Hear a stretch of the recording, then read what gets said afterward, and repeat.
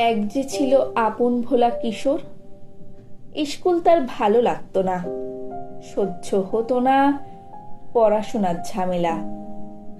আমাদের চলতি লেখাপড়া সে শিখল না কোনো কালেই, অথচ সে ছাড়িয়ে গেল সারা দেশের সবটুকু পাণ্ডিত্যকে। কেমন করে? সে প্রশ্ন আমাকে করো না।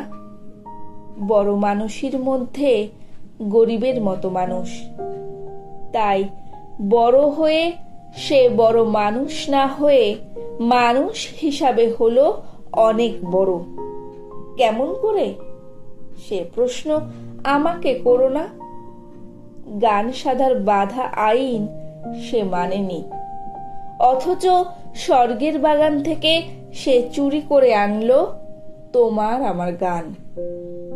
কবি সে, ছবি আঁকার অভ্যাস ছিল না ছোট বয়সে, অথচ শিল্পী বলে সেই পেল শ্রেষ্ঠ সম্মান।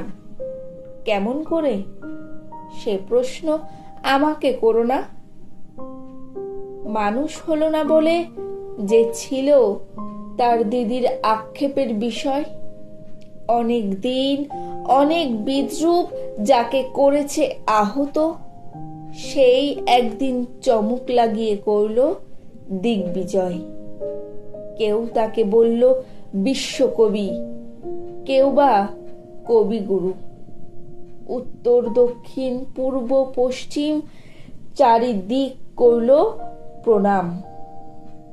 তাই পৃথিবী আজও অবাক হয়ে তাকিয়ে বলছে, কেমন করে?